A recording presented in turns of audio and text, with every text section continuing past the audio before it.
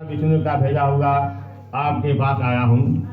आपको चाहिए कि यह जोग कन्या रतन किसी जोग वर को दे दे।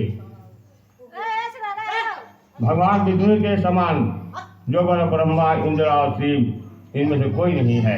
इसलिए मैं यह कहूँगा कि आप अपनी कन्या भगवान विष्णु को ही देवे। हिमवान ने कहा, भगवान विष्णु समय मेरी कन्या ले रहे हैं और आप यहाँ संदेश लेकर आए हैं, तो मैं उन्हें अपनी कन्या दूंगा। हिमवान की इतनी बात सुनकर मुनिराज नाराकाश से विलीन हो गए। वे पितामह शंख चक्रधारी भगवान विष्णु के समपास पहुँचे। यहाँ हाथ जोड़कर नारद जी ने भगवान विष्णु से कहा, हे देव सुनिए, मैंने आपका विवाह पक्का कर दिया। उधर हिमवान ने पार्वती के पास जाकर कहा कि हे पुत्री, मैंने तुम्हें भगवान विष्णु को दे डाली। सब पिता की बात सुनकर तुम बिना उत्तर दिए ही अपनी सखी के घर चली गई। वही जमीन पकड़कर तुमने बड़ी दुखित होते हुए विलाप करने लगी। तुम तो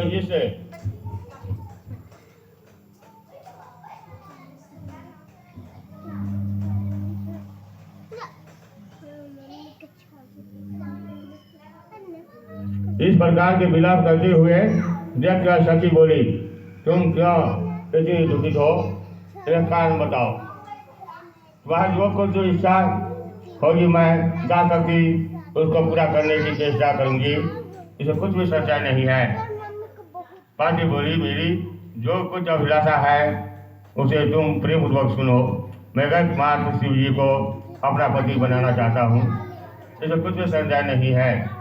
मेरे इसे विचार को पिताजी ने ठुकरा दिया है, इससे मैं अपने शरीर को त्याग दूंगा। पार्वती की इस बात को सुनकर सखियों ने कहा कि शरीर को त्याग न करो, चलो किसी ऐसे वन को चले जहाँ पिता का पता न लगे। ऐसे सलाह करते हुए तुम ऐसे वन में जा पहुँचे। उधर तुम्हारे पिता घर घर तुम्हें खोजने लगे। तुम्हें दूतों द्वारा भी खबर लेने लगे कि कौन देवता या किन्नर मेरी पुत्री को हर ले गया है। उन्होंने मन ही मन कहा, मैं नारी जी से अपने आगे प्रतिज्ञा कर चुका हूँ कि अपनी पुत्री भगवान विष्णु को दूंगा। ऐसा सोचते सोचते हिमवान समुद्रित हो गए। गिरिराज को मुझे देखकर सब लोग हाहाकार करने लगे, दौड़ पड़े। जब होश हुआ तो सब पूछने लगे कि गिरिराज, आप अपने मूर्छा का कारण बताइए। हिमवान ने कहा, आप लोग मेरे दुख का कारण सुने, न मालूम कौन मेरी कन्या को हर ले गया है। ऐसा नहीं हुआ तो उसे किसी काले सांप ने काट लिया या सी खा गए होंगे। हाय हाय, मेरी बेटी कहाँ गई? उस दुष्ट ने मेरी पुत्री को मार डाला। ऐसा कर बाबू के झोंके से कांपते हुए विष के समान कांपने लगे। इसके बाद हिमवान तुम्हें वन वन खोजने लगे। वह वन भी शिव भालू हिंसक जंतुओं से बड़ा भयानक हो रहा था। तुम भी अपनी सखियों के साथ उस भयानक वन में चलती चलती एक ऐसे जगह जा पहुंची जहाँ एक नदी बह रही थी। उसके रमणीय तट पर एक बड़ी सी केंद्रा थी। तुमने उसी केंद्रा में आश्रम बना लिया और मेरी एक बालकुमयी प्रतिमा बनाकर अपनी सखियों के साथ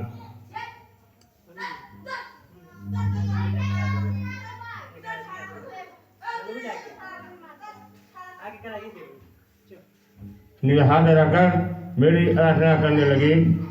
जब भाद्रव शुक्रवार की क्या तिथि प्राप्त हुई तो तुमने मेरा विधिवत पूजन किया और रात भर जागरण कर गीता जी से मुझे पसंद करने में बिताया।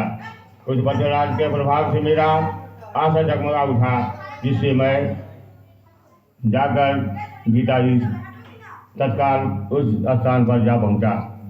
जहाँ पर तुम अपनी सखियों के साथ रहती थी, वहाँ पहुँचकर मैंने तुमसे कहा कि मैं अपना तुम पर प्रसन्न हूँ, बोलो क्या चाहती हो। तुम्हें कहा, मेरे देवता, यदि आप मेरे ऊपर प्रसन्न है तो मेरे पति बने।